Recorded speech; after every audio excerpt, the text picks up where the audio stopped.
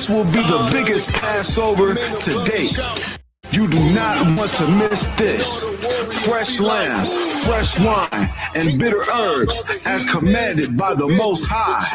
Only $200 per person, ages 17 and up. The biggest event of the year. There is only one Passover, and it's under Commanding General Yohanan. See you there, Israel. Shalom. Nobody else there to compare to. Train for war, men of war, and war like apparel. Prefer our leaders can get between us. Watch where you stepping.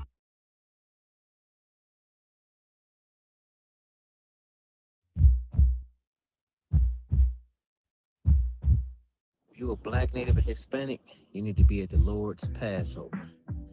The only Passover is with the ISUPK under Commander General Yohanan. Don't let them lie to you. If you out here celebrating this right here, you for sure gotta come celebrate with your people. All right? The weather gonna look way better than this, and it's in Texas.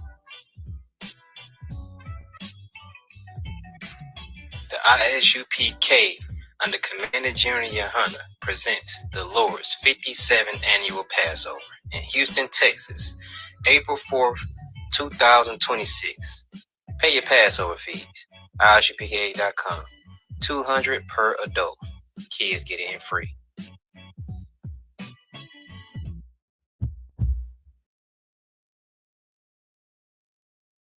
Shalom, Israel. It's that time again. The ISUPK, under Commanding General Yohanan, presents the Lord's 57th Annual Passover. That's right, the Lord's 57th Annual Passover, April 4th, 2026, in Houston, Texas. All Black, Hispanics, and Native Americans are commanded to observe the Lord's Passover. This will be the biggest Passover to date. You do not want to miss this. Fresh lamb, fresh wine, and bitter herbs as commanded by the Most High. Only $200 per person, ages 17 and up. The biggest event of the year. There is only one Passover, and it's under Commanding General Yohanan. See you there, Israel. Shalom. Nobody else there to compare to. Train for war, men of war, and war like apparel. Prefer our leaders can't get between us. Watch where you stepping. All right, shalom, Israel. Let's clap it up. Most High in Christ. All right, what's going on, y'all? Listen, we all know what's going on today in the world.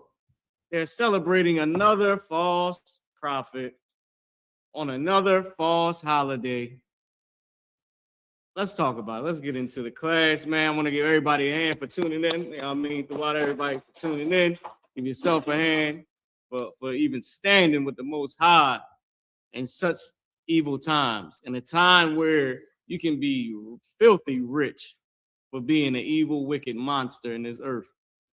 And a time where you are ostracized damn near for even caring about the truth, for even acting like you give a damn about who God is, you know, and these type of times, people want to hate us, you know what I mean, and say bad things and just do all types of evil to us because we stand with the Most High God. So let's first start with this because it's supposed to be a quote unquote holiday. Let's go into Amos 5:21. Let's get a little breakdown on false holidays. First off, all the holidays which are considered holidays or high holy days or holy days, which is where you get the term holiday from, it's supposed to be a holy day, are in Leviticus the 23rd chapter. So if you're celebrating a quote unquote holiday and it's not from Leviticus the 23rd chapter, then it's not a holiday. In our culture, can I get a bottle of water, please? In our culture, we have holidays and then we have observances. The Feast of Purim, I don't believe that's in in Leviticus the 23rd chapter. The Feast of Hanukkah, that's not in Leviticus the 23rd chapter either.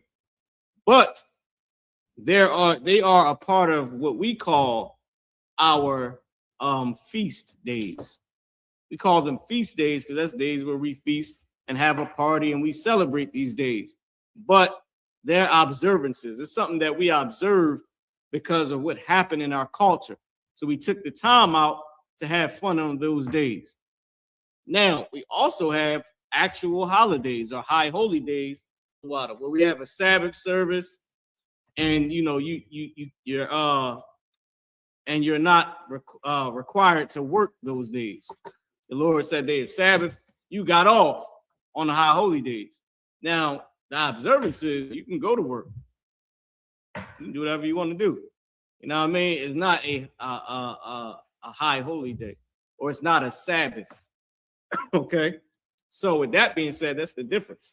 Our observances that are part of our feast days, you can still work because it's not a Sabbath. But our high holy days, they are Sabbaths where we are required to not work. Some of them is 8 days long. You know what I mean? I believe some of them is 2 days. But our observances, you can go to work after you get off, you come back. But, who knows when Christ returns, they may become Sabbaths. The Lord may say, listen, I honor those days that y'all took to remember your culture in such an evil time. You ain't got to work on those days either. You might give us off for those days. They ain't in Leviticus the 23rd chapter, but we'll still have them all. Of course, because the Bible is still being written. All right. Let's start with Amos 5:21. Talking about these fake holidays. Yes, sir. This is book of Amos 5:21. Go ahead. I hate, I despise your feast days. The Lord said what? I hate, I despise your feast days. The Lord said he hates. Now, I thought God didn't hate. Ain't that what Christians say? Christians say God don't hate. Yes, he does. The Lord said he's a jealous God. They tell you jealousy is a female trait. Well, God said he was jealous. Now, is it weak to be jealous? Depending on the context. But is it also righteous to be jealous? Depending on the context, yes. And God said he's a jealous God. He also said that he hates. The Lord said he hates our what? Feast days. He hates and he despises our feast days, meaning days that we made to feast for an evil thing. He despises it and he hates it.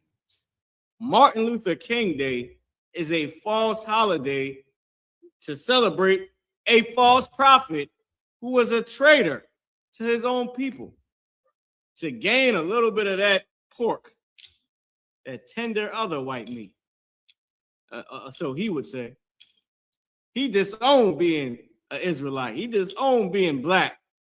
He said, I ain't no N.I.G.G.A. today. I'm effing you for God today. That's what Martin Luther King said. You can look it up. It's in the FBI files, man. And he was a communist, getting funded by the oppressor to trade on his people. Don't be like MLK. And he changed his name. His name was Michael King. He changed it to Martin Luther, calling himself after an oppressor, after the enemy of his people, after the enemy of God, some devil named Martin Luther, who was, I believe, was a Protestant and did all types of evil things to black people and Hispanics and Native American Indians. And he named himself after Martin Luther. He changed his name from Michael King to Martin Luther King and was funded by the oppressor to take his people and bring them to a burning house. Now, because of his lust, he couldn't see that. Because of his lust, he couldn't see what was about to happen. Because of his lust, he could not see with the evil the evil that was going to come years later. All he could think about is that white tail. That's all he could think about. Was the tail of the pig, the other white meat. That's all he had on his mind. And you know what? After he brought his people to the burning house, they decided to celebrate this damn traitor. Why would the oppressor think about it? The oppressor don't give nobody else. We ain't got a Nat Turner Day. We ain't even got a damn Harriet Tubman Day. We ain't got real black heroes. Where's the day for the brothers in the what was they called? The ones in the military, man, that helped with the airplanes and all that. Damn, I forget what they call. Somebody type it in, man. Oh man, the military unit that helped save the America in the Vietnam War. Man, they don't have no day for them. There is no real holidays for black heroes, man. You know what I mean? We don't have a Rosa Parks Day. But you know why the oppressor would give Martin Luther King his own day? To celebrate and to honor their informant, their snitch, their traitor, their infiltrator. To honor their infiltrator that did a good job at turning on his people. Alawapanya, Barak, how about Shimi al-Shabrakatha? That being said, I'm passing class over to 12 children of mine.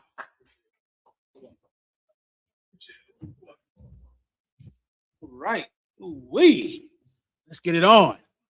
I'll answer all of your questions in the room and online. Mi nombre es General Mahaime. Estoy al servicio de El General Yohana. Somos la Escuela Israelita de Conocimiento Práctico Universal.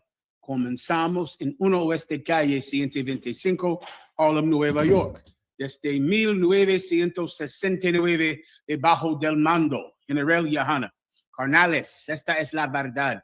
Si tú eres hombre, español, negro o indio nativo, tú eres Israel, el pueblo elegido de Dios. Tu madre y tu padre dicen que somos un culto y mantienen su iglesia sin culpa, pero su iglesia es culpable de todo lo que nos están pasando.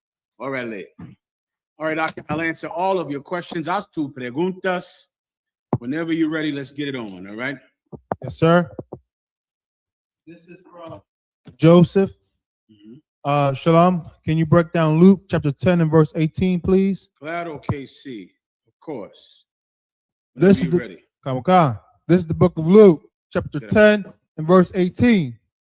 And he said unto them, I beheld Satan as lightning fall from heaven. Read it one verse above it. Yes, sir. Verse 17. And the 70 returned again with joy, saying, Lord, even the devils are subject unto us through thy name. Where are we at again? Luke chapter 10 and verse 17, sir. I got you. So this is after the disciples went out to teach, when Jesus Christ was with them and he sent them out to teach. And he came back and he was so enthusiastic about all the battles that he got in that day. And imagine being a young man and you're going out to camp for the first time without the camp leader who you usually go out with. And this time you're out on your own. And es milagro, and it's like a miracle. You go out there and it's amazing. Why? Because you're getting in battles and you're winning those battles in the name of the Most High in Christ. You're winning them. And when you've come from such a terrible situation of poverty and low self-esteem as Blacks, con Latinos, before you know it, you don't have anything that you can feel proud of. So these brothers were coming back saying, we were winning. We went out there and they fled. We were winning the battles that day. Read that part again. Sir. And the 70 returned again with joy, saying, Lord, even the devils are subject unto us through thy name. Everybody gets that, meaning we were speaking in your name, meaning speaking for you, speaking the doctrine that you taught us, and they ran from us. Continue. Yes, sir. Verse 18. And he said unto them, I beheld Satan as lightning fall from heaven. Is that written in red? Oh, you want me to read it again? No, I mean, is that written in red that you're Oh, reading yes, sir. right now? Right. That's written in red. So as the disciples are telling him about the wonderful camp day that they had and battles that they won, Jesus Christ said, I beheld, I see what? Yes, sir.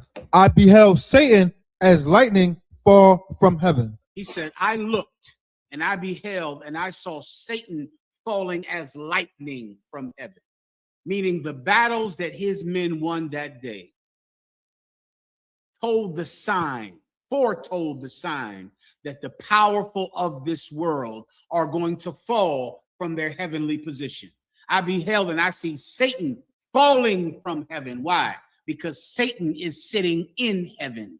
He's in heaven. What do I mean by Satan? I am not speaking about that myth that Martin Luther King and his disciples told you about, something you would tell children in church. I'm not talking about that. I'm talking about politics, world politics. Who is in charge? The people who run things. Satan runs things. Satan sits in the White House. Satan sits in the Congress. Satan sits in the boardrooms of America and Great Britain and France. And the disciples of Jesus Christ going out on the street and teaching alone and winning, he saw Satan falling that day. That day he saw that the people in power were going to come down, and they weren't going to float down gently. They were going to come down like lightning, come down fast. That's what this is speaking about, young warrior. And what a day. What a day we're all waiting for. Keep going. That was no problem. Next question, sir. Mm-hmm. From Kalataza Slak Yadawan. If I may, can you break down how and why did the ISUPK change from ICGJC back to ISUPK? The ISUPK was never the ICJJC. I've been in the truth since 95. I've never been in the ICJJC ever. I don't even know what the hell that is. I learned about that after the year 2000. The Israelite School of UPK has never been the ICGJC. Those are those cats that wear red and white. They believe that some man named Tazadakia was the Holy Spirit in the flesh, and now he doesn't have flesh anymore. Lord be with him and help him and protect him and let him come back, when Jesus Christ is in charge. But he's dead. And that's the last I've heard of them. There are men that broke off from the school and changed the name of their school from the school that they were in to ICGJC. That's one of the many acronyms I've had to listen to since 1995. I've heard more acronyms than a grade school teacher teaching children the ABCs. I've heard the ICGJC, the IUIC, the GMS, the GGCC, GSC, the ESTAS, 1,000 acronyms, and I'm bored with it by now. But Commanding General Yohana has never been in charge of some IGJC ever. And of course, I've been around a while. All right. Anything else?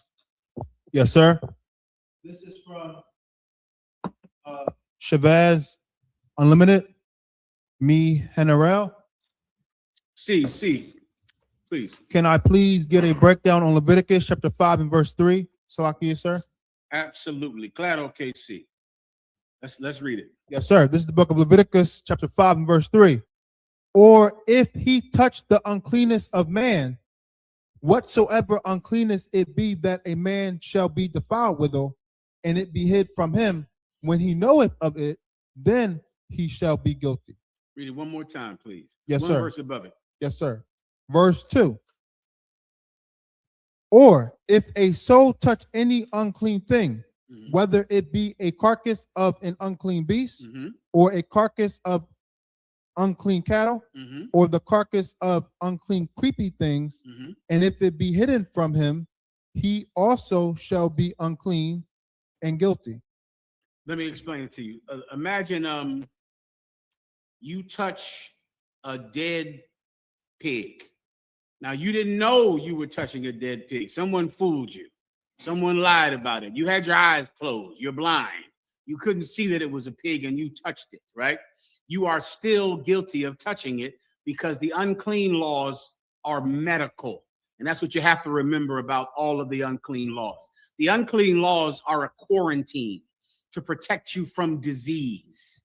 You understand? It's not magical or spiritual. They have an absolutely practical purpose. So in this scenario, you touched an unclean thing. You did not know you were touching it at all. Keep going. Verse 3. Or if he touch the uncleanness of man, whatsoever uncleanness it be that a man shall be defiled withal, and it be hid from him when he knoweth of it, then he shall be guilty. So now when it comes to the uncleanness of a man, the only way that you are culpable or responsible or guilty for doing that is if you know it. If you touch the uncleanness of a dead thing or a dead snake or a dead rat and you didn't know it, you're guilty even if you don't know. But if you touch the uncleanness of a man, let me think about what makes a man unclean. You know, some type of sinner or, you know, someone you're not supposed to touch because this person is unclean. The only time that God will charge you for that is if you know about it. If you didn't know about it, you're not responsible for it. What's the difference? You touch the uncleanness of an animal, you're going to get the COVID-19 virus or swine flu or bird flu, which is how all of those diseases were transmitted. Every disease that now kill thousands or millions of people, they started in dead animals, every last one of them. There is none, including the Great Black Plague, the bubonic plague, which came from rats, and the fleas on rats. That's where the bubonic plague came from. Swine flu came from pigs, bird flu from chickens and geese or whatever dead, filthy thing that they're in those slaughterhouses killing and touching and not cleaning and having no hygiene at all when they do it. I think it was geese. Geese sounds familiar, but you can look up where the bird flu came from. Well, you have to be quarantined if you touch a dead animal, or else we're going to have another black plague, the bubonic plague. So you're going to be unclean, even if you didn't know about it, because of germs, young brothers, germs. But if it's an unclean person, there's not the same danger of germs if this brother is unclean because he had sex and seed came out of him and now he's unclean. Touching him you're only culpable if you knew about it. But if you didn't know about it, it's fine because there's not the same danger of disease spread. Touching a dead, unclean animal is where you get COVID-19, the black plague, the bubonic plague, the swine flu, and the bird flu. Everyone understands. Come on.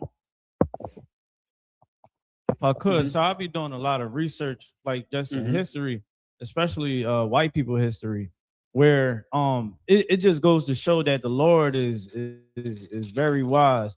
When we look like back in Europe on just like their hygiene and how they kept themselves up, you know, they was like really trifling people. And I mean, some of the things would make you throw up. And I remember just seeing the records where the Native Americans would come to white people came here originally back in the day.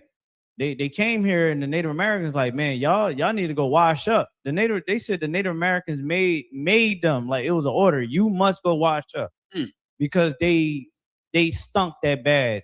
You know, women and the men felt as though that like being clean would make them sick. So they would not wipe their behind, they won't wash up and things like that. So give him a hand. Vanilla on applause, or he's telling the truth. Okay. That's the truth. All right. Anything else? Go ahead. No questions so far, sir. Solid. I'll give you a second. Any questions in the room that you would like me to answer? Please, up front. Sir, I wanted to know, so what's happening with America and his allies?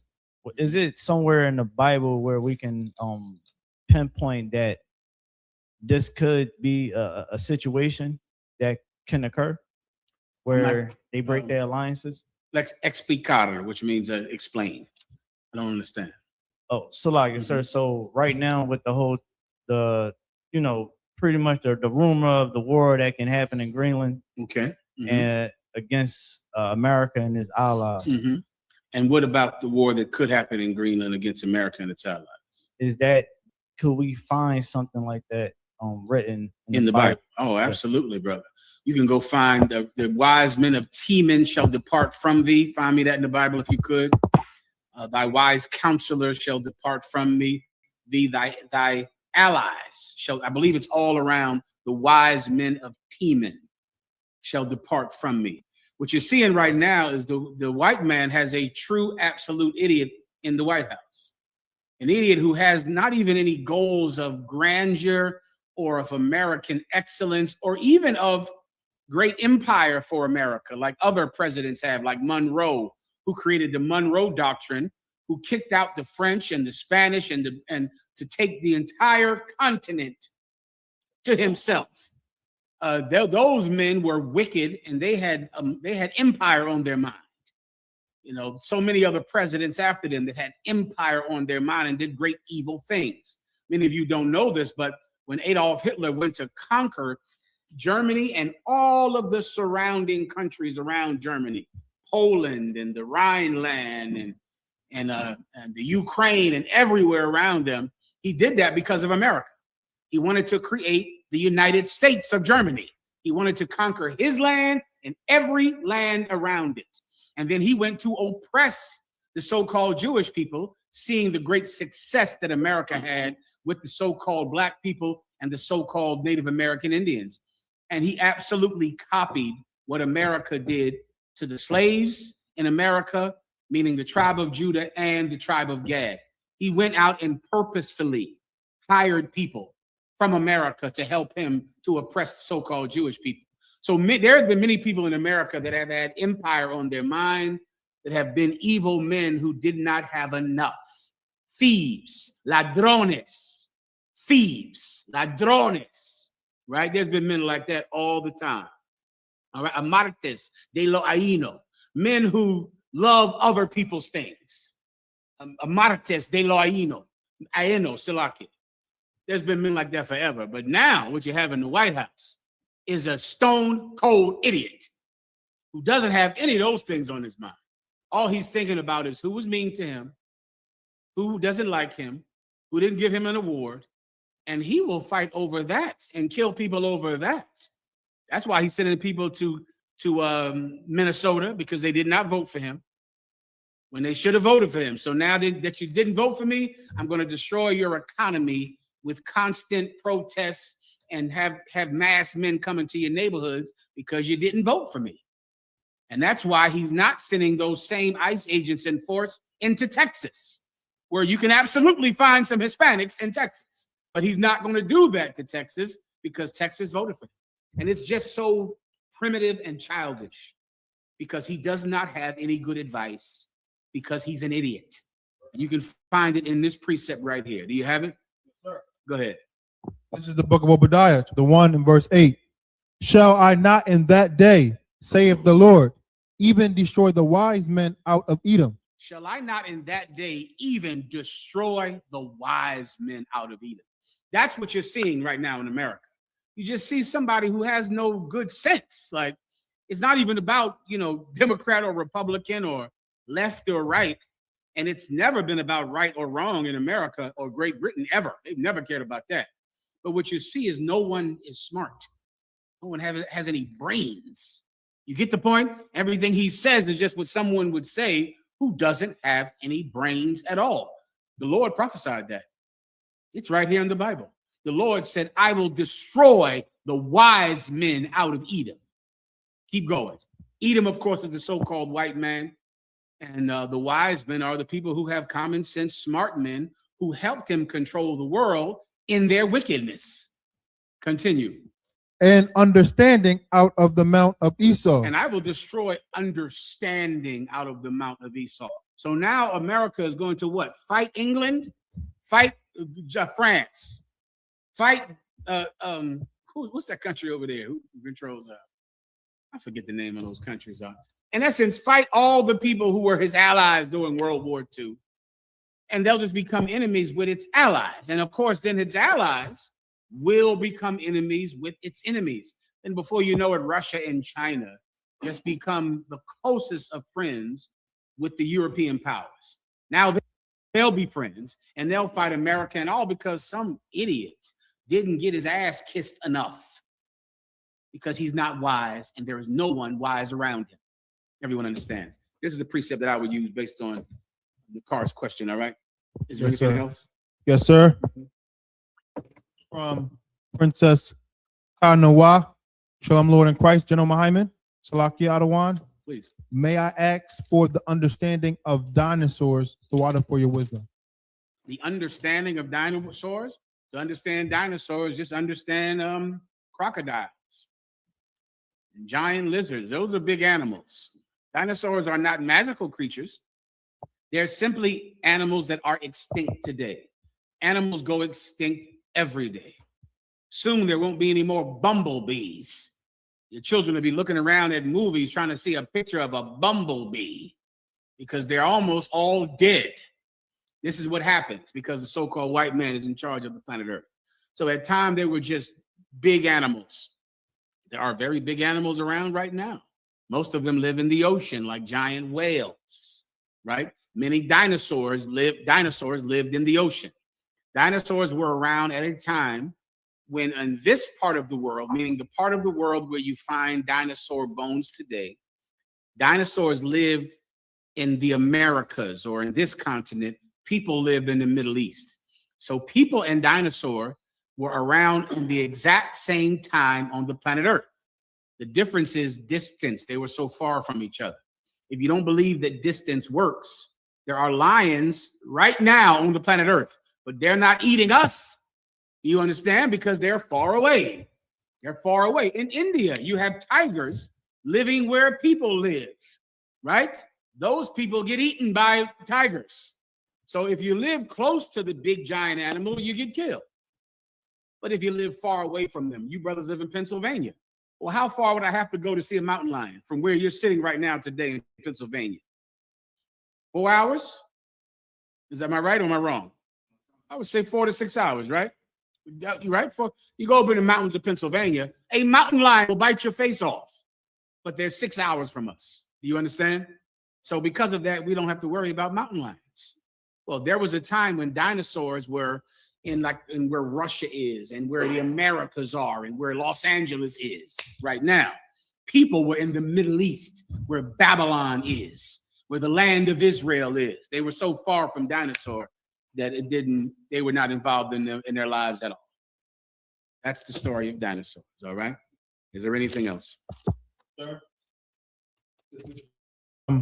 Prince Powers, Slaki, sir, if I could, in ancient Israel, were we observed and monitored by our enemies like we are now? Absolutely we were, and they were jealous of us. They hated us. They were jealous of us at the same time. A precept you need is in the Apocrypha, when the Assyrians wanted to conquer our land in Judea. And they went to what you would call today a Japanese king who had already been conquered by the Assyrians. So now he worked for the Assyrians. And he told them, you should not go and fight these people unless they have sinned against their God.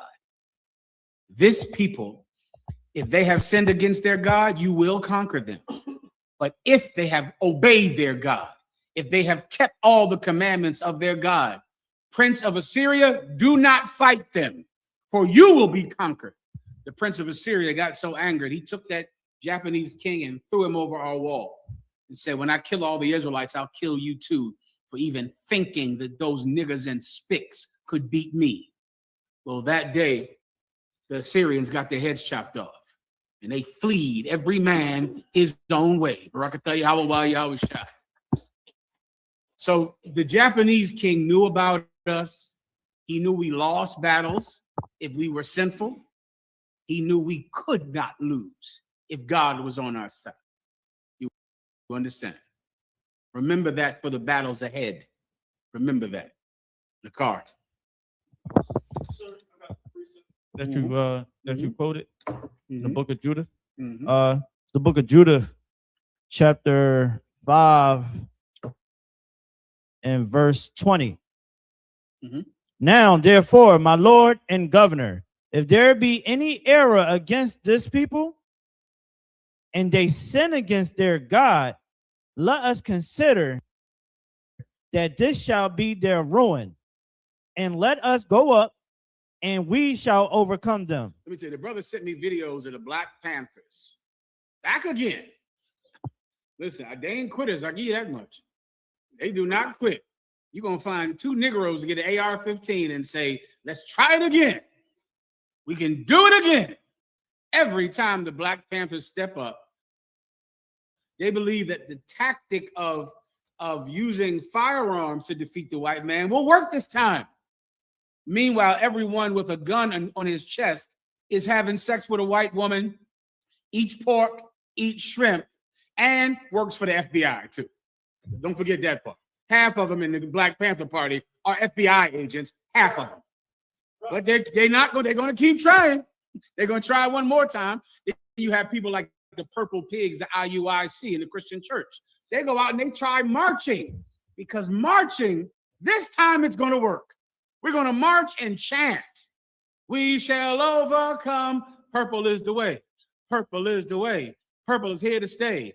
Purple is here to stay. You know how many years Black people have tried marching as a tactic for freedom? Keep trying, y'all. I mean, you got these tactics you have tried for 200 years. Marching, protesting. Hold up now. Writing the big sign, holding it up. Marching, protesting, marching, protesting. Black Panthers try it with guns. Give me another. Hand holding. That's another one. We're all going to hold hands. Boy, we're going to squeeze these hands so tight that we're going to get freedom for it.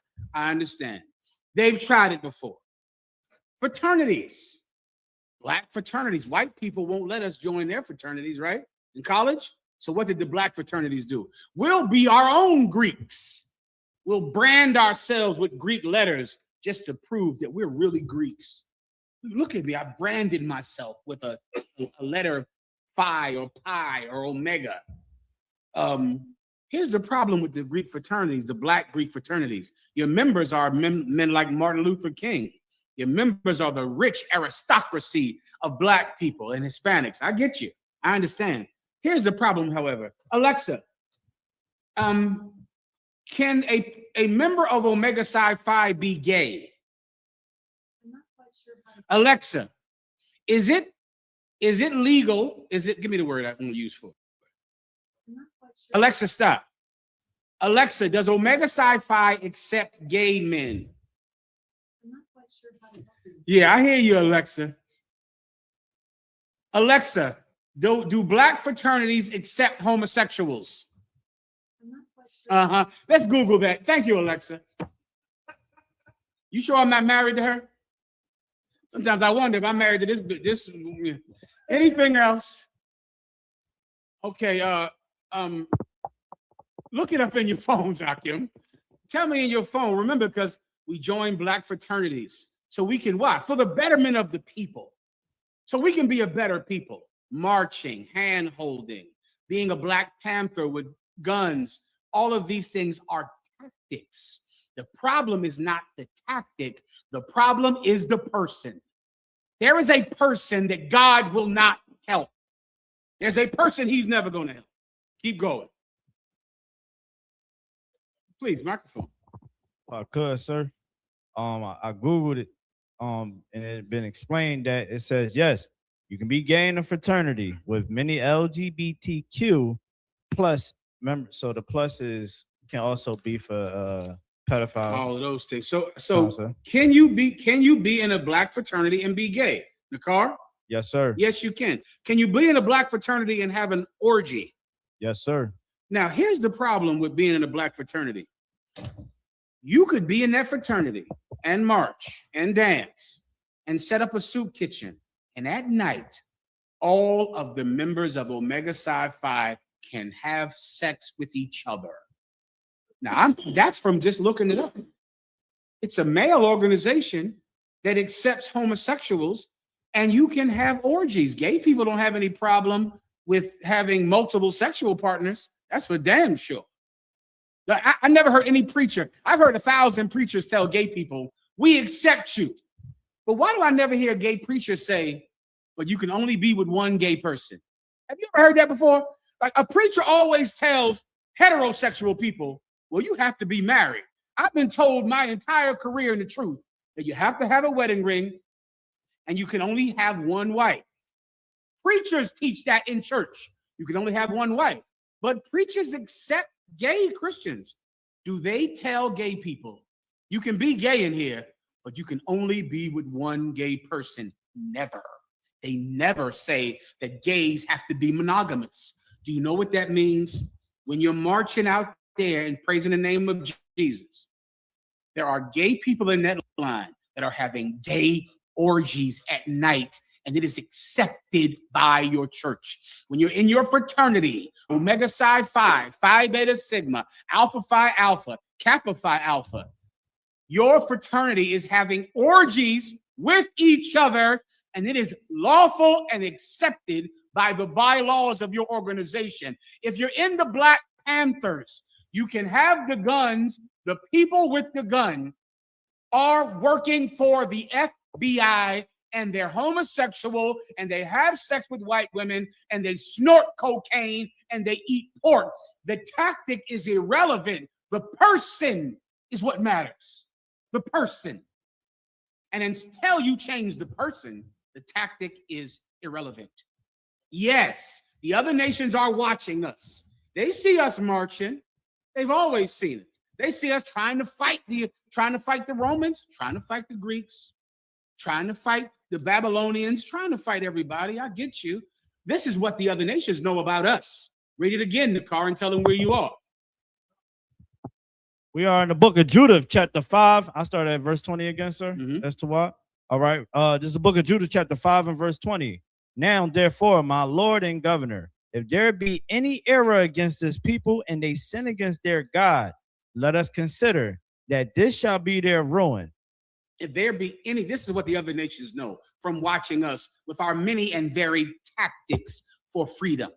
If there be any error in this people, any flaw, anything less than perfection, then that shall be their ruin. You want an AR-15 and wear all black? Do it. You want to march? Do it. You want to wear purple? Do it. You want to wear red and white? Do it. You want to sing? Singing, that's another big thing that we love. Singing songs will change everything. Stevie Wonder sings a great song. This person sings a great song. We think it's going to change the world. We think it's going to self-destruction. You're headed for self. Y'all young brothers don't know. We thought that was going to end gang violence. Huh? We thought that was going to end gang violence. You're headed for self-destruction, self-destruction. We thought that's it. The Crips and the Bloods are not going to fight anymore. What was the other song? You Will Know. We thought You Will Know came out. Oh, You Will Know was going to end all black on black crime. Why? Because it was singing. And we thought singing was a tactic that will work. Go ahead and sing. Go ahead and march. Go ahead and protest. But the problem is God will never help you, ever. If you are not perfect, that will be your destruction. Continue. Khan. Let us consider that this shall be their ruin, and let us go up, and we shall overcome them. And we're going to win. Keep going. Khan, verse 21. But if there be no iniquity in their nation. Read that again. But if there be no iniquity in their nation. Again, otra vez. Khan, sir. But if there be no iniquity in their nation. But if there be no iniquity in their nation. Go ahead. Let my Lord now pass by. Dios nos dará justicia. Dios nos dará justicia. God will give us justice if we're perfect. Right. If we're perfect, there is no adversary that could face us, that could destroy us. It's impossible. And he told this king, he said, if there be no error in them, my Lord, don't fight them. Don't fight them. Don't you understand? The truly revolutionary action that blacks and Latinos could make is not marching, is not protesting, is not AR-15s, it's not singing. It's changing who you are to be a better person. That is revolutionary. And if you did that, no one would be able to fight us and win. Keep going. If I could, Please. sir, I want to shout out to you, right, and the generals, if I could, because all our lives we've been lied to. You know, like the Christian church never taught us the importance of keeping the laws. Like many of us didn't even understand. Me personally didn't understand what a commandment, even the importance of a commandment was. And for this school to been rocking since 1969, teaching Blacks, Hispanics, Native Americans to keep the commandments of God, and seeing right here where our enemies is plotting against us. And no, man, if these people learn the truth and they do what their God told them to do, we're in trouble. Like it gives more of a charge to these Christian pastors to lying to our people and miseducating, not feeding the flock and protecting. Entiendo, give him a hand. I understand. He's telling the truth. You want to defeat the white man. Let me tell you, you think someone wants to defeat the so-called white man more than the Israelite School of UPK? You don't even understand. You think the Black Panthers hate white people? Are you joking? They don't even understand it. They don't know what it is because they don't hate their oppressor enough to give up having sex with white women. They don't hate him enough to give up pork, to give up shrimp, to give up lying, to give up cocaine, to give up marijuana. If the Black Panthers had to give up marijuana, no one would join the Black Panthers. If they had to give up cocaine, no one would join Omega Psi Phi. If they had to give up marijuana, no one would join the Christian church at all. If you had to give up anything, because they truly don't want to be free. They don't. In the Israelite School of UPK under Commanding General Yohana, we want to be free enough. We hate our oppressor enough to keep the commandments of God. And that is the only way we will ever be free. Everyone understands. Okay. That's the precept that you need. All right. Good to go. All right. Anything else? Please. This is from Rapat Ayad. Slaki, sir, if I could, may I get a breakdown on what Yahweh Shai meant when he said he was the first and the last in Revelation chapter 1 and verse 17? No problem. Go ahead and read it. I'll do it for time's sake. Because Jesus Christ has been reincarnated just like everyone on the planet Earth. When he says he is the first and the last, he's speaking about being Adam. Because Jesus Christ is Adam in the reincarnation. Jesus Christ also is Jesus Christ. So he is the one that started this hell that we're in. He started it. All the greatest mistake in history was made by Eve. After Eve made that mistake, her husband continued it into every generation. This is in the New Testament. You can give it to me. For one man, death cometh into the world, and by one man, death cometh out. You need that, all right? That's what it means when he started it. We're in hell. We're in hell because of what Adam did. Because Adam hearkened unto the voice of his wife instead of listening to God. That is why we have been in slavery 18 times under 18 nations or 17 nations. That's why we've suffered drug addiction and oppression. It's the reason Donald Trump is snatching us out of our homes, because we preferred the other nations to the Lord our God and his commandments. That's why we suffer. That's why there's the projects. That's why there's drug addiction and abortion, because we preferred the laws of the oppressor and his culture to the laws and commandments of God. Adam started that. Jesus Christ ended it. He ended it. He came and he was absolutely perfect. He broke no commandments, broke no laws. If a broken reed was smoking and needed to be stepped on, he wouldn't step on it. He would not stamp out a smoking, broken reed. He harmed no one at all. And he was still murdered, still killed for the sins of his people. He started it and he ended it. And when he was on the cross, right before he gave up the spirit, he said, "It is finished." And then he died to rise again. He put us in this trouble, but he got us out. He said, "He that endureth till the end, the same shall be saved." He endured until the end. He started off as Adam and made the stupidest damn mistake that every young idiot like myself has made. Listen to some broad that makes you compromise your integrity. Everybody does it. Some woman gets in your head, and now because you want to make her happy, you do something stupid. I don't think one vial of cocaine would ever be sold unless a brother wanted to get a girl. I think it's the reason for everything that men do. Everything. I don't think a man would do anything if it wasn't to get tail. It's the reason that you shoot somebody over Jordans. It's the reason that you sell drugs. It's the reason that you fight each other. It's the reason you and your best friend are going to kill each other, a woman. That's that. He did that mistake. He did it. But then he fixed it. Remember that. That's why he's our example. He came back over and over and over again.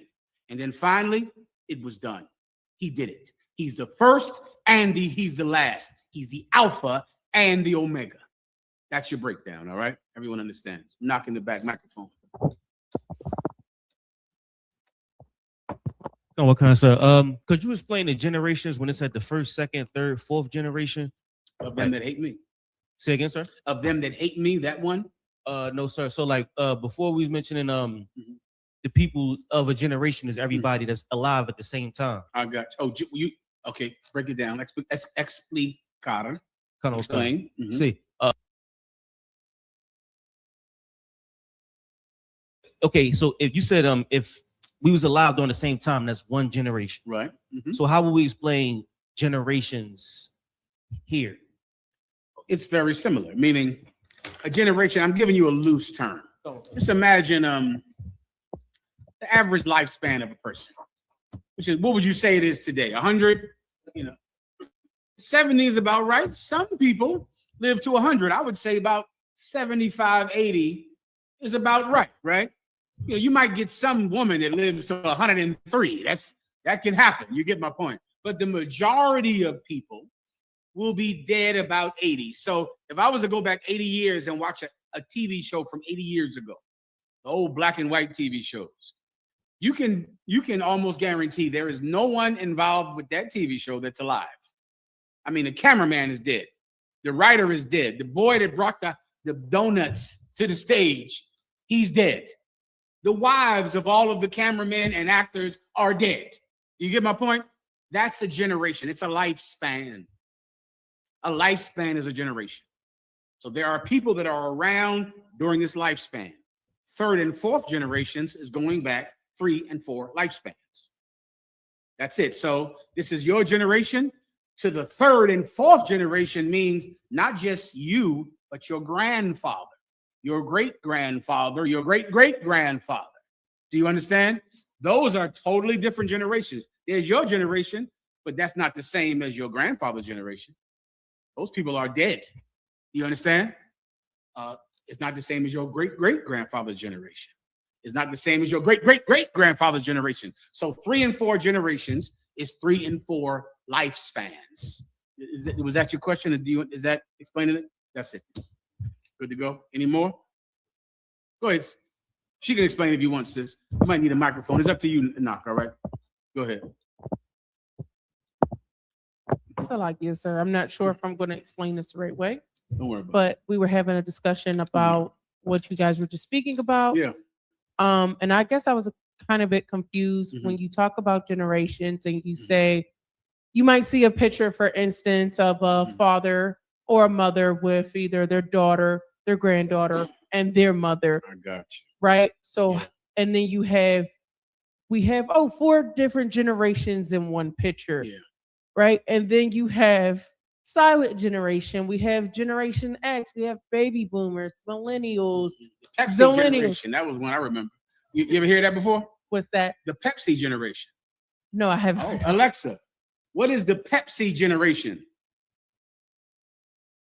Sorry, I don't know that one. This motherfucker, know. Look up the Pepsi generation in your phone. There was a Pepsi generation. You've heard of Generation X, Generation Y. There's a few other types of generations that are said all throughout the years.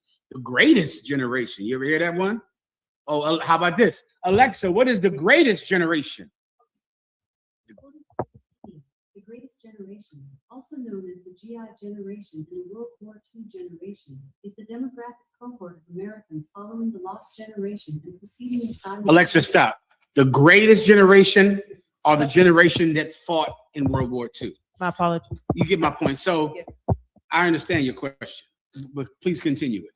I was just trying to understand. My husband was trying to explain to me that they're different but I don't see that as being different because it's like, are you saying, you said lifespan, a generation is a lifespan. Are we saying in 1 century? Or are we saying from 1920s to 1990s? That's just one generation. And my husband says something, a generation would be considered if his father and then his father and his son are all alive. So that's one generation. I was just a bit confused. No sweat. I completely understand. Your confusion just comes from people using the term loosely.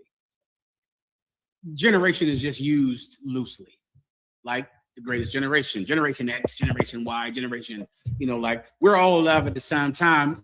I'm so-called Generation X. I don't know what generation you brothers are. What are you now? Oh, shit. Give him a hand. Well said. Bien dicho. Bien dicho. Well said. Those are terms that people in the world use to describe being older. That's how they're using it. They're not using it in the biblical sense. They're just using it like this woman is 30 years older than this girl, and she's 20 years older than this girl, and the baby is 10 years older. They're using it in a loose way. That's all. It's just using the term. Someone look up Pepsi generation. I believe that's a thing. You got it, Knock? 19. There's a thing called the Pepsi generation. Break it down, Knock. The Pepsi generation refers to a landmark 1960s marketing campaign that positioned Pepsi as a youthful modern choice. So in the 60s, they all said they was doing the Tootsie and the hula hoop, and they said, we're the Pepsi generation. We don't drink that Coca-Cola. That's for old people. That's for old heads. We drink Pepsi. They're using it as they see fit. That's not what the Bible is talking about. The Bible is talking about a perfect word that Alexa used is cohorts, meaning we're all around in the same general time. You get the point? It doesn't mean every single person dies on the same day, but it just means there's a general amount of time when we're around. There's a general amount of time when your grandchildren will be around. That's all. That's what it means biblically. People on the internet saying there's 5 generations in the picture are using that term loosely. Do you understand? They're not, if it's you and your mother, you're in the same generation, you and your mother, because your mother was 16 when she had you. You get the point? You're using that term. General Mayak's mother was 14 when she had him. General Mayak's mother and his mother, they're the same age. They're in the same generation because she was 14. They're not different generations. She was 14 years old. She's in the same generation as her son. You get my point? My mother, 16? You understand? Like, we're not in different generations. We're 14 years apart, 16 years apart. It's a loose term. The real term is a lifespan and the people or the cohorts in that lifespan. That's the real generation. That's the real term. Come on. The water, sir. So it's safe to say cohorts instead of generation. That's better. Right. Let's give her a hand. That's better. That's better to say. That's if you're trying to understand the biblical sense of generation. If you want to understand that, you can't use it by Facebook pictures and all that. That's not going to give you this. Tell you what it means. All right. Please. Copa otra vez. One more. Hold on. Let me think of this word. Me gustaría. Copa otra vez. Gracias. Okay. Yes, sir. Whenever you're ready. Yes, sir. This is from the tribe of Issachar. Please. If I may, General. Please. If I die in the truth in this life, will I find it in the following life also? Yes, and not only that, that's why you found it this time. That's in the Bible. That's why you're in the truth right now. Jesus Christ said that. Jesus Christ said, ye that are with me in this generation shall be with me again. The reason that you're in the truth now is because you are one of those people that was in the truth then. You're back again. And the Most High God, gracias, is keeping, no, I think I'm good to go with this, gracias. The Most High God is keeping his word. And that is when I first came into the truth, that was the mind-blowing thing when I read those scriptures. When Jesus Christ said, you'll be with me again. You stood by me on the mount of skulls. You were with me then. You were with me when I gave out 5 loaves of bread and 2 fish. You were with me when they stabbed me in the side. We'll be together again. In the regeneration, we will be together again.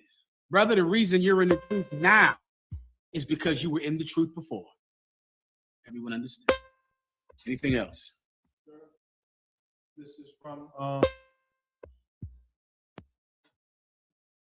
this is from God, Allah.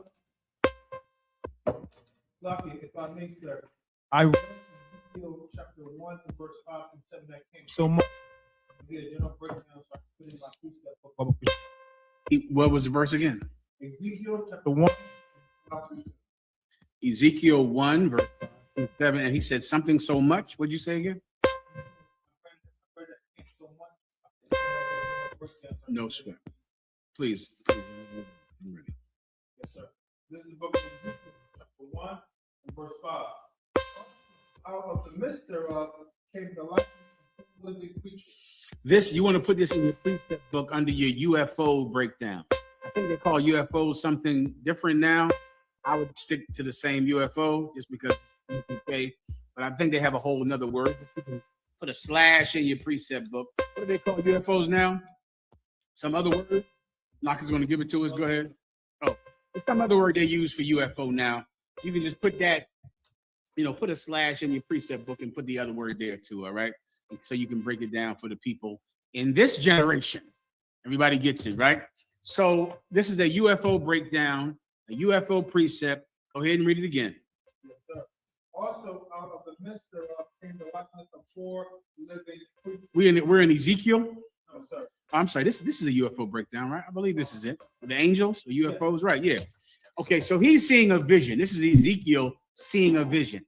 He's seeing a vision of angels. And see, he saw 4 living creatures. They were alive. That's all you need right here. These creatures were living things, which is literally what the term creature means. Keep going. And this was their appearance. This is what they look like. Go ahead. They had the likeness of a man. They had the likeness of a man, meaning as you looked at them, you can tell that these were human beings. These were humans. They had that likeness. Keep going. Verse 6. And everyone had 4 faces. But these humans, these men had 4 faces. Keep going. And everyone had 4 wings. And everyone had 4 what? Wings. This is where the whole term of angels having wings, it comes from people trying to understand this. That's why people say that angels have wings. In actuality, an angel could have 4 wings, could have 2 wings, could have no wings. An angel could be 20 feet tall, floating in the sky. An angel could be so small that he fits on the head of a pin because he has the likeness of a man, but he's not actually a man. He's an angelic being, a being from another dimension. So he sees them, and these men have 4 faces, and I'm seeing 4 faces and 4 wings. Keep going. Verse 7. And their feet were straight feet. Mm-hmm. And the sole of their feet was like the sole of a calf's foot. Okay, I believe you can get a picture of this for the brother. I think we used to call them ninja boots back when I was coming up young in the truth, right? They're boots that have the first toe separated from the rest of the toes. Moccasins, I think, have that same look today. The moccasins that the tribe of Gad, the chosen people of God, the so-called North American Indians, they wear them. If you can find moccasins or calf boots, they might even call them that. Go ahead. The Chinese call, I think that's why, did I say ninja boots earlier? I think that's why we used to call them ninja boots, because back then when everybody thought they were a ninja, there was a time, you don't know, Nicole, every Negro was a ninja. Every Hispanic was a ninja. All of them was we were all kung fu stars, all right? And they used to wear those boots in the ghetto, all right? You can find these boots and look them up. So he had these boots on. Those boots that look like a calf's foot. Keep going. And their feet were Mm-hmm. the sole of their feet was Keep going. sparkled like the color of burnished bread. And it sparkled like what? Burnished bread. Like the color of what? The color of burnished bread. The angels are brown-skinned men. That's what they are. That's in the Bible. The angels are brown-skinned men. Also, look up another account that we would always read with this. Betty Hill and her husband. There were these two people. It was an interracial couple. One of them was called, the woman's name was Betty, and their last name was Hill. I forget her husband's name, right? And they said that they were abducted by aliens, right? They were abducted by aliens. And they said, well, what did these men look like? And she said they were dressed like cowboys. And they were black men. And they took Betty and her husband up into a spaceship and beat the hell out of them. That is what Betty said. She said they whooped our ass for hours. This was an interracial couple. And she said, you can find this account on the internet. Betty and Barney, I think that was his name. Betty and Barney Hill, interracial couple, got their ass whipped by black men who were aliens, Hispanic men that were aliens. Everybody understands. Okay, they were not actually aliens. They were angels of the Most High God, which is where the confusion comes in. Many accounts of people thinking aliens and UFOs were actually angels. It is rare, but it has happened. Continue.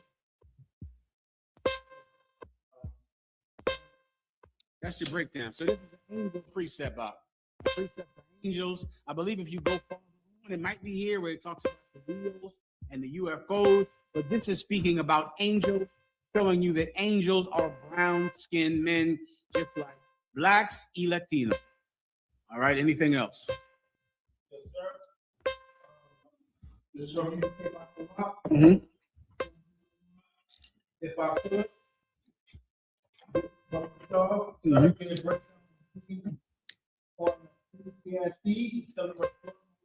Please.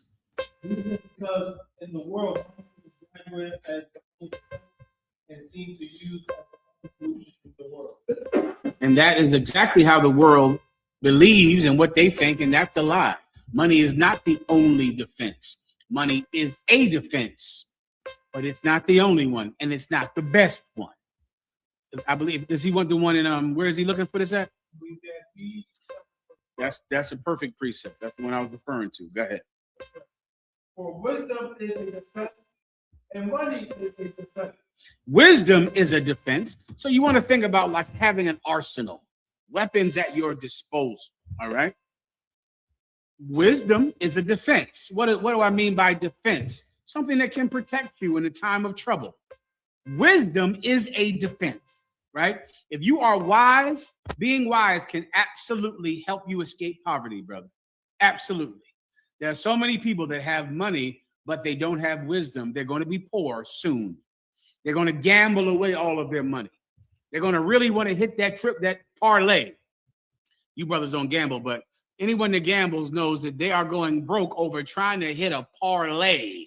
They're going broke over that parlay. You're never hitting that parlay ever. They're going broke over their drug addiction, their marijuana addiction, their stripper addiction, their shopping addiction, their shoe addiction. It's killing them. They have money but not wisdom, which means they're going to be poor. They have guns but not wisdom, which means instead of having a gun to protect you from someone that is trying to harm you, you're going to get that gun and you're going to harm yourself. So how many brothers have I counseled that got a gun because, they want to protect themselves? That same gun they put to their own head. That same gun, their wife gets the gun and she shoots them with the gun. That same gun is illegal. So now they go to jail because of that gun that they purchased to defend themselves, but they didn't have wisdom. So wisdom is a defense. Keep going. For wisdom is a defense. Mm-hmm. Keep going. Mm-hmm.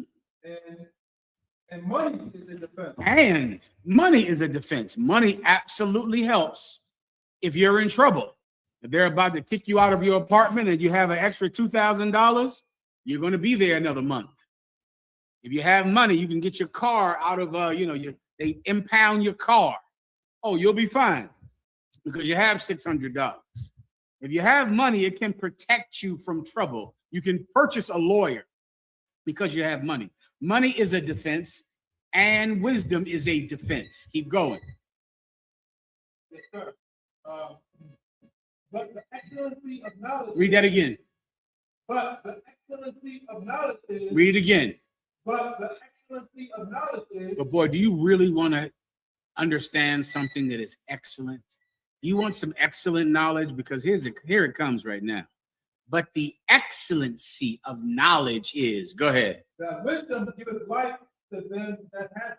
Here's the excellency of knowledge. Wisdom gives life to them that have it. Money doesn't do that. It can't do that. So money is a defense and wisdom is a defense. But the greatest knowledge you can learn about defense is that wisdom can actually give you life and money cannot. Ask Puff Daddy, who had all the money in the world but no wisdom. And so he's sitting in jail. And this happens time and time again.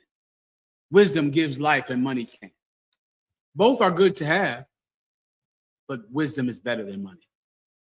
All right? Is there anything else? Yes, sir. This is from Among the Law. Okay. Yes, sir. Mm-hmm. Why did, okay, stop me, sir, if I may, in Numbers 3 and verse 46, why did they need to be redeemed, sir? Why did they need to be redeemed? Go ahead and read it, please. Yes, sir. This is the book of Numbers 3 and verse 46. And for those that are to be redeemed of the 213 of the firstborn of the children of Israel, which are more than the Levites. I need some context. Like I don't recall this. Yes, Give me 2 verses, please. yes, sir. Verse 44. And the Lord spake unto Moses, saying, verse 45, take the Levites instead of all the firstborn among the children of Israel, and the cattle of the Levites. Take the Levites instead of the firstborn. Is that what you said? Go ahead. Take the Levites instead of all the firstborn among the children of Israel, Mm-hmm. and the cattle of the Levites instead of their cattle. So instead of the firstborn of all the children of Levi, and instead of their cattle, take the Levites. Is that what you read? Keep going. And the Levites shall be mine. And the Levites shall be mine. I got it. Keep going. I am the Lord. I got it. Keep going. Verse 46. And for those that are to be redeemed of the 213 of the firstborn of the children of Israel, which are more than the Levites, verse 47, thou shalt even take 5 shekels apiece by the whole. After the shekel of the sanctuary shalt thou take them. Keep going. I need a little more about the taking. Keep going. Yes, sir. The shekel is 20 gerahs. And thou shalt give the money wherewith the odd number of them is to be redeemed unto Aaron and to his son. Keep going. Verse 49. And Moses took the redemption money of them that were over and above them that were redeemed by the Levites. I need a little more.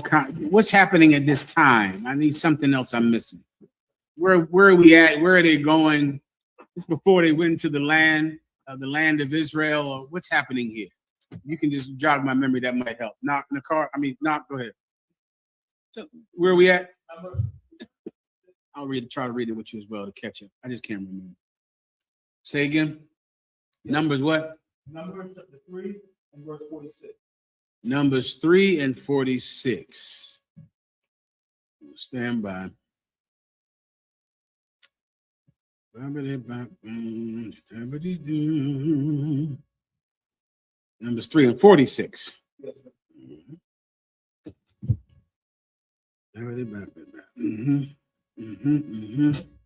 Did I skip you up to 41? You didn't take me up to 40. Okay. 40. You want to start first? No, I'm just trying to catch I still can't catch what is happening here. I'm not sure where I need to start. There's some event happening also. The generations of 39, you said? Let me see.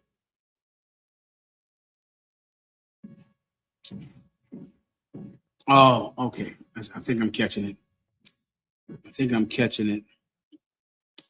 These are also the generation of Aaron, mother, and the Lord. Okay, hold on.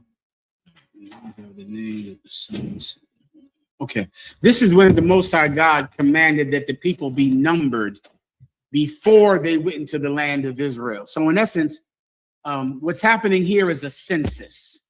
Everyone knows what a census is, right? So, Moses was commanded by God to take a census of the children of Israel, and so he's just being told how to do the census. The census in America is done very stupidly. Many of you brothers,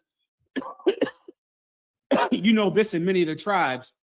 Many brothers who grew up thinking that they're black people are actually North American Indian because of the census, right? Because at some time they wanted to take the North American Indians' land. So they went to North American Indian communities and they went and they said, "You're black. You're black now." And they would sign, African American or black, but they weren't. They were so-called North American Indian, but the census had to be that this is a black neighborhood, because if it was a North American Indian neighborhood, they would get to keep that land. So we know this, and many people in the tribe of Judah know this, that you grow up thinking that you're black and you're not black. You're North American Indian because of what a census taker did in the 20s. This happens all the time, or vice versa. Or you're thinking that you are black, but at this time there's a government program where black people are getting something from the government somehow. Oh no, you're not black, you're North American Indian. That's who you are now. You sure? I thought I was North American Indian. No, you're black. I thought I was black. No, you're North American Indian. And the census taker switches it. And this, you can just, what I'm saying, this is something you can do your research on and find it probably in 10 seconds. That the census in America and Great Britain is done in a way to profit rich men and them wanting to take neighborhoods from any particular person for some particular reason. Everyone understands. That's where the term Latino and Hispanic comes from. Because if there was some time when they were trying to decide what to call the chosen people of God who speak so-called Spanish.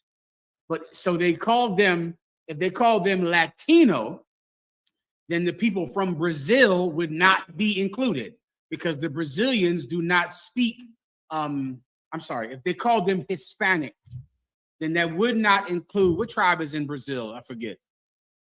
Asher. That would not include the tribe of Asher, because the tribe of Asher in Brazil speaks Portuguese. So if they're called Hispanic, then that does not include the Brazilians. And of course, the Brazilians are the largest group of so-called Latinos on the planet Earth, right, in Brazil, but they're not Hispanic. So they would just sign a census saying they're not Hispanic because I don't want to include them. I want to exclude the people in Brazil. So I'm saying Hispanic. And if it's Latino, that would include the Brazilians, but it would exclude other tribes. And they just work it and twist it so rich men can make more money. Come on, right here in the front. Tell me out. Well, this is the one which was research. Census records use race categories for self-identification separate from ethnicity, based on Office of Management and Budgets standards with common groups, including white, black, African American. Everyone knows what a budget is, right? I think that gets to the point. So they'll just do it to make money, and you'll be whatever this fool that walks into your door says you are. And that's that. And so because you come into the Israelite School of UPK and we question you about your grandfather, about your mother and father, that's how you can find out what tribe you are.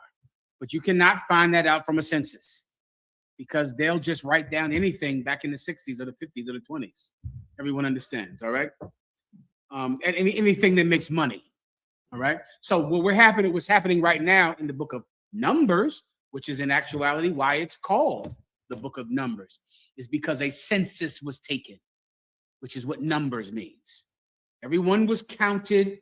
Everyone was put into a group or categories so we could know how many tribes we had, how many people we had in each tribe, how many fighting men we had in each tribe, how much cattle did we have in each tribe. How many women did we have? Blah, blah, blah. All right. That's when the That's when the census was taken, which is why this book is called the Book of Numbers, because they counted the people. Everyone gets it. So that's what we're doing right now. So now go to the brother's question. Go ahead. This is the book of Numbers, the 3 and verse 46. And for those that are to be redeemed of the 200 and restored. One verse above it. Verse 45. Take the Levites instead of all the firstborn among the children. So now the way they would usually count it is count the firstborn, because the firstborn would be the ones in charge. You understand? That's how we ran our government. It's how Great Britain is run today. In Great Britain, and if you're a peer of the realm, they count the firstborn. Until I think Queen Elizabeth, you had to be the firstborn male, right? In Israel, the firstborn male was set apart. He was in charge. He was elevated above his peers. You get my point? But in this census, they said, don't do that. Take the tribe of Levi. They're the firstborn of the entire nation, which made the Levites the priests. It made them the upper class. Before this time, the firstborn male would be the upper class, because he was the only one that could receive an inheritance.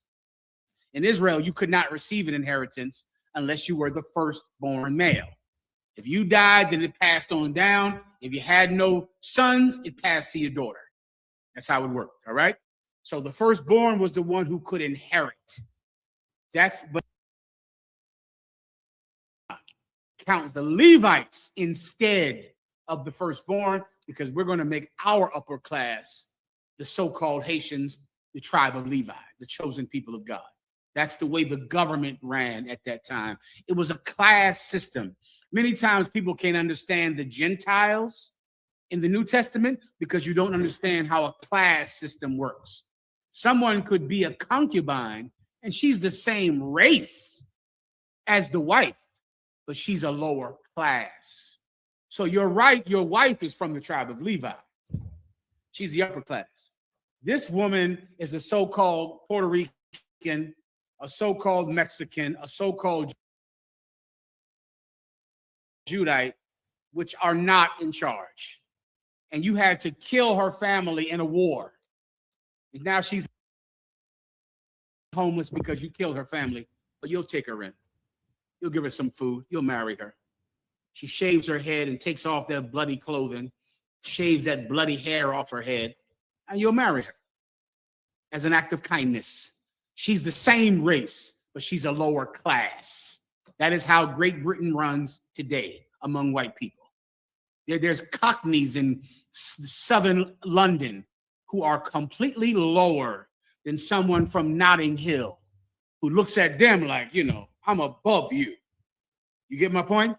That's how Israel ran before Jesus Christ. And then Jesus Christ put this nation in order. And now you were in charge, not because of who your father was, but because of the oath you took. Jesus Christ set the wheel on edge. He turned the wheel. It was a spinning wheel going like this. And he went and knocked it off its axis. He went and put who was righteous in charge, as opposed to who their family was. Everyone understands, all right? I'm just trying to give you context to this breakdown. Now keep going. Yes, sir. And the cattle of, Numbers 3, verse 25. Oh, sorry. This is book Numbers 3 and verse 46. And for those that are to be redeemed of the 213 children, and for those that are to be redeemed of the 213 of the firstborn children of Israel, which are more than the Levites. So what is the redeemed? Meaning you had more firstborn children than the Levites. So for the amount that was more, they were redeemed. So meaning you took all the Levites to be the firstborn of the nation, meaning they were in charge. And for the number that was left over, that was more than the firstborn Levites, that number of firstborn became the upper class. So you had every Levite was in the upper class. Then there was a certain number of every tribe who were firstborn. They also got to be in the upper class. Who did these people become? The Sadducee and the Pharisee, the Hashmonean dynasty, the Maccabees, who were Judites, but they were that number who was more than the Levites. And so they got to also be the firstborn. They got to also be rich, also have power because they were firstborn and the top level of firstborn. Every Levite was an aristocracy, every Levite, which is why it was ridiculous that Joseph had sex with Mary before the wedding day. That was a scandal. And people don't get that from reading the story because of the myth of Immaculate Conception. Mary giving that tail up before the marriage day was a scandal. Why? Because Mary was of the tribe of Levi, which meant she was, from Notting Hill. Joseph was a carpenter. Do you understand? In a ghetto. She had sex with him before the marriage day. Brother, it was like the lady, the Duchess of Kingsbury having sex with a farmer and not even getting married first. It was such a scandal that Joseph was scared. He was terrified to take unto him Mary, his wife. He sought to put her away privately, to spare her the scandal of it. And the angel said, "Fear not to take hold of Mary, thy wife, for what is conceived in her is of the Holy Spirit." Otherwise, he would have hid that pregnancy because he embarrassed that family. And her family was the family of who? Aaron.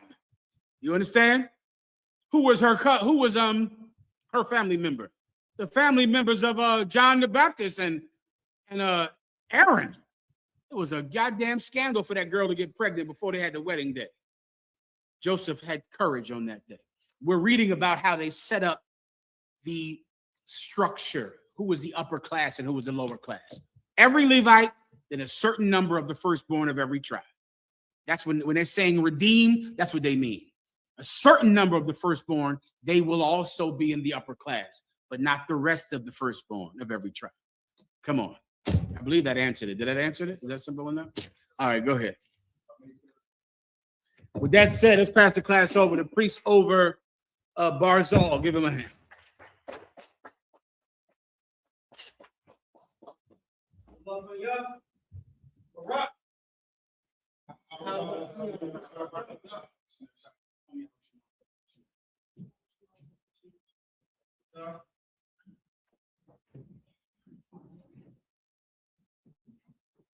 Shalom, Israel. It's that time again.